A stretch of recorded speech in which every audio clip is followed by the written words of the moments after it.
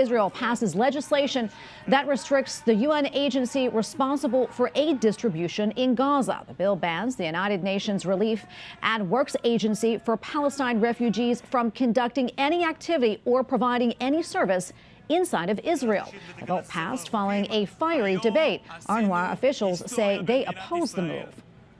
But if implemented, it would be absolutely devastating. We have a population here that's on its knees, going through absolutely untold misery and suffering. And the role that UNRWA is playing here is unprecedented for any other humanitarian organization anywhere in the world. And this comes as Hezbollah says that it has chosen a new leader. Sheikh Naim Qassem was a top deputy for more than 3 decades. He says that he will push forward, quote, until victory is achieved. And for analysis, let's bring in Emanuele Ottolenghi, senior fellow at the Foundation for Defense of Democracies, who focuses on Lebanon, Hezbollah, and Israel. Emanuele, thank you so much for your time today. A lot to cover here, but first, let's talk about the new leader of Hezbollah and what we need to know about him.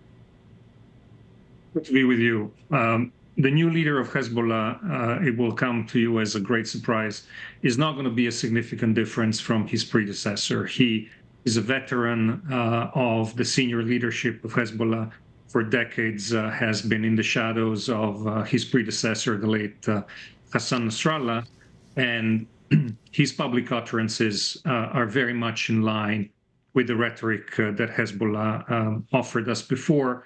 His speech today essentially is one of defiance, is one that repeats the notion that Israel is engaged in a war of conquest on behalf or with the support of the United States to destroy and occupy Lebanon, that there is a world conspiracy and that Hezbollah stands defiant to fight it. It minimized the losses of Hezbollah. It examined the damages inflicted upon Israelis by Hezbollah. He claims that Hezbollah is fighting a defensive war, although they opened fire first on October 8th of last year, a day after Hamas massacred thousands of Israelis and took many hundreds hostages. So it's more of the same. The real question is, one, is he going to last, given that the Israelis have shown incredible knowledge of the whereabouts of the senior leadership of Hezbollah in the past 2 months and have eliminated most of them. Two, is he feeling safe in Lebanon? There are reports that after the death of Nasrallah, he was swiftly whisked out of Lebanon to Tehran. And how is he going to lead the organization from afar? And three, whether the decimation of the senior leadership of Hezbollah, both in the field of battle and as political cadres of leadership, will the organization be able to reconstitute itself quickly under his leadership? Yeah, before we run out of time here, I want to talk about the banning of UNRWA inside of Israel. The Knesset passed 2 bills on Monday, one banning Israeli authorities' contact with the group and the other barring the UN group from activity inside of Israel. What more can you tell us about why Israel will no longer allow the aid group in the country, and what impact will this have on Palestinian refugees there? One proximate reason and one sort of more structural one. The proximate reason, of course, is that for over a year now, evidence has emerged of collusion by UNRWA with Hamas. The fact that numerous members of Hamas, including fighters, were identified as working for UNRWA. Clearly, UNRWA has been giving cover to Hamas and its horrific activities.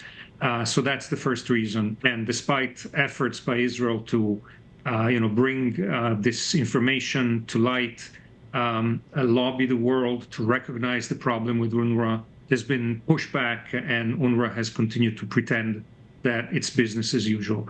But the more structural, longer-term issue is that, of course, UNRWA is not there to take care of refugees and help them sort of settle and integrate into a new society like the other UN agency in charge of refugees everywhere else in the world does.